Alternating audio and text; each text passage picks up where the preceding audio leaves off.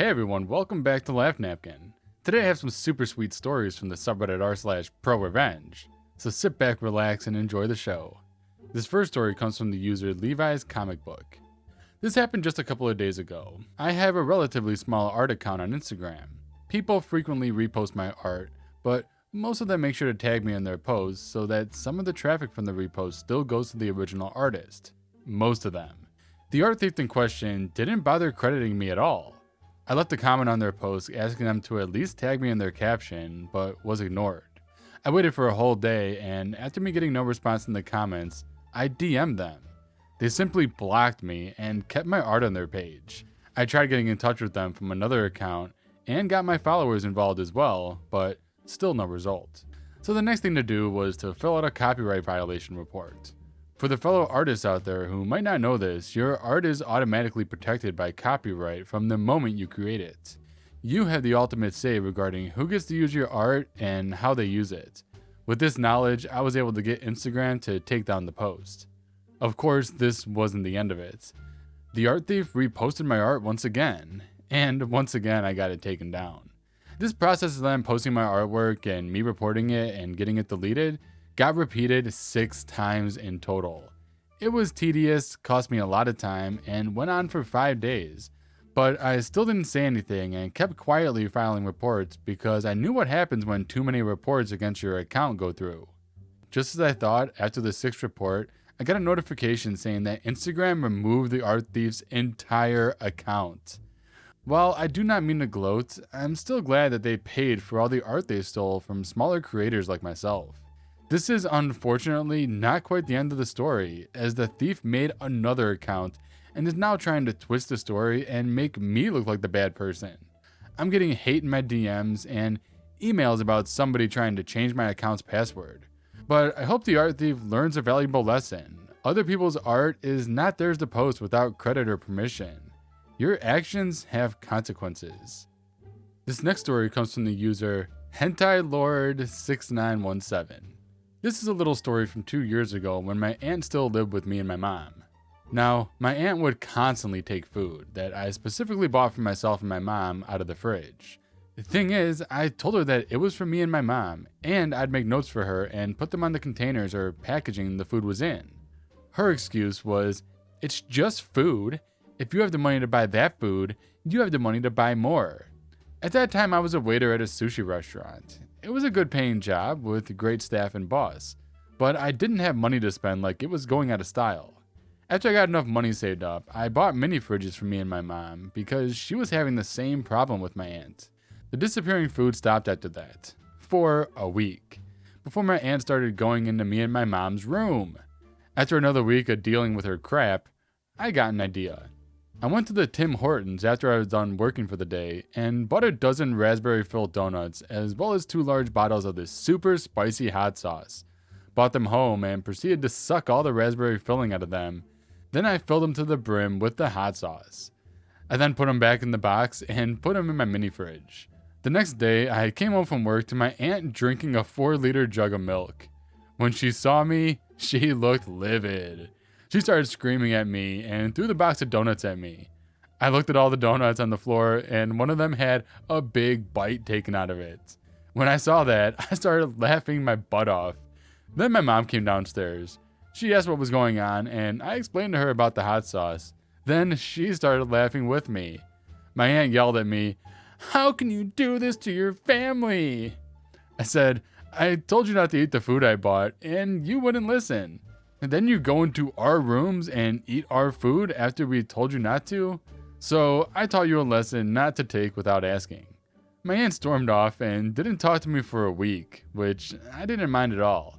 And let's just say she never took food from our mini fridges again. That's hilarious. Could you imagine going for a raspberry-filled donut only to realize it's gonna burn the hell out of your mouth? Oh my god, that's awesome. The story number 3 comes from the user, The Bearded Noob. So this story deserves some context. It's actually ProRevenge that my father did to me. Backstory. After I had graduated from high school, I still hadn't found my calling. My parents told me I can live with them rent-free as long as I did one very important thing.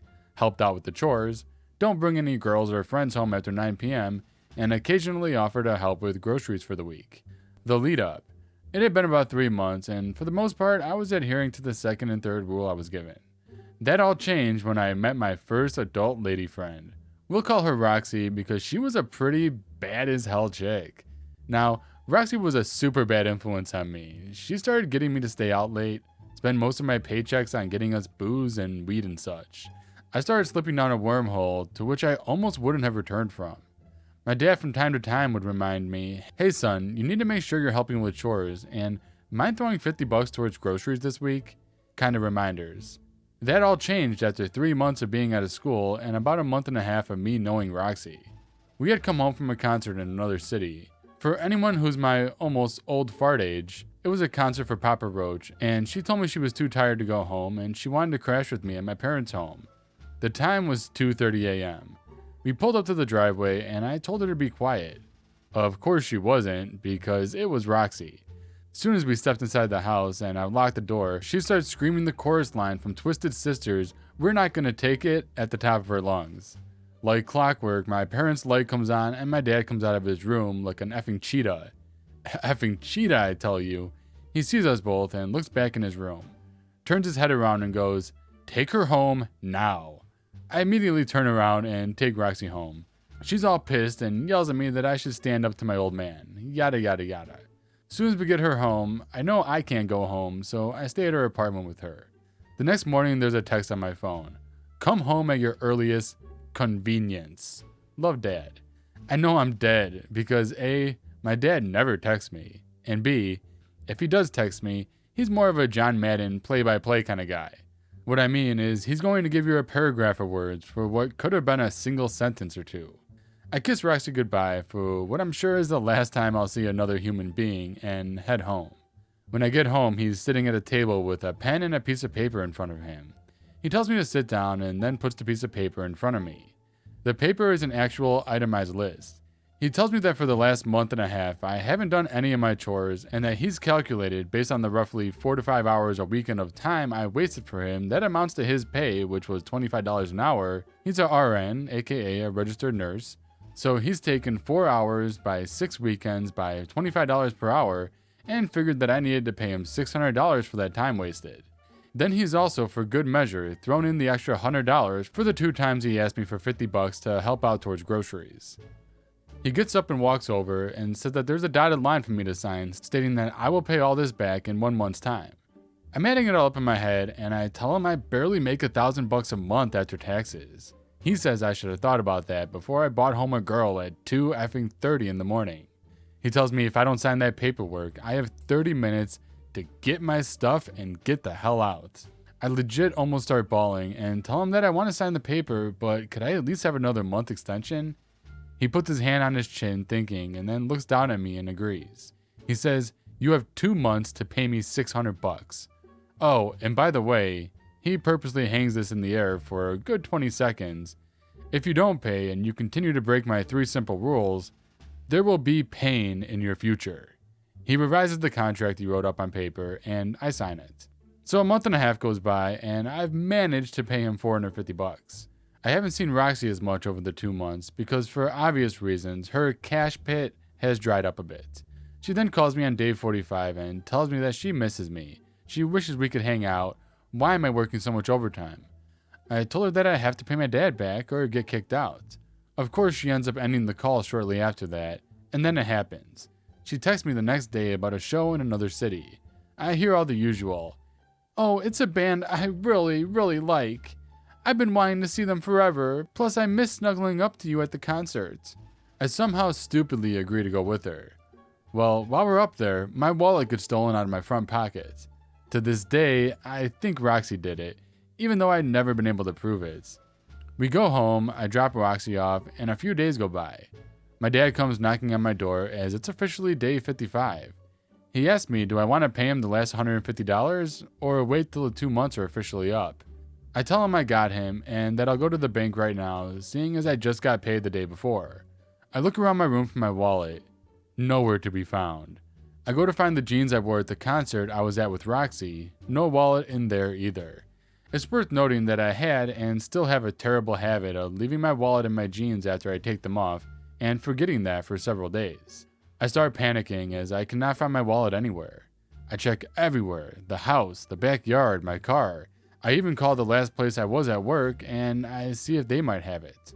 Nobody's seen my wallet. I go back to my dad who's in the backyard cutting the grass and I tell him what's going on. He gives me a half grin and says, "Sorry for your situation, but I'm treating you like a tenant now. Go to the bank, get my money, and when you come back and pay me the $150, we'll go from there." I haul butt to my bank and my heart about falls out of my chest as the teller tells me my account has a balance of $3.42. My heart drops to the ground. Worth noting here, it was a local bank that I banked at since I was around 13. I was 18 at the time, so they all knew me at the bank and with some quick verification gave me info on my account. I head back home and tell my dad what happened. He puts his hand on my shoulder and says, "That sucks. Well, you know I'm going to have to get my $150 still, right?" I tell him there's no way to have the money to him in 5 days or less. He says, "Okay, well, how about I drive you to work, seeing as you don't have a driver's license right now?" He drives me to work, to which I'm there for roughly 8 hours. The revenge. While at work, my dad pulled out his massive collection of Craftsman tools and proceeded to drain all the fluids in my car. He gets a buddy to come over and help completely remove my motor, my transmission, and my tires. My dad and his buddy, being an ASE master mechanic, managed to do all of this in an 8-hour shift of me being at work. At the end of my 8-hour shift, my dad is in the parking lot waiting for me. He's in his work coveralls, which I find funny, and he's got grease all over his arms. He drives me home, and I notice my car is pulled into the garage and on jack stands. I look at my dad and ask, "What's up with my car?" He points to the garage. "Oh, go ahead and see. I've got my $150 today." I jump out of the car as it goes in the park and run over to my car. There's a note on the front of it from my dad's mechanic friend stating the motor, transmission, and tires have all been sold to him for $150, and that he'll happily not only give me back the items, but that he'll help me install them back onto my car, but that I have to work for him on my 2 days off for the next 4 weeks from 7 a.m. to 7 p.m. I fall over crying, obviously, and after my dad laughs a bit, he tells me my first shift starts tomorrow. It's further worth noting that my dad actually owned this vehicle and it was titled, tagged, and licensed in his name. So technically he could do whatever he wants with it. He had just chosen to allow me to use the vehicle as mine. I would spend the next 4 weeks working with my dad's mechanic friend on my days off. After 2 days of working, he'll bring me a few pieces of my car back to the house and he'd teach me how to put these items back together.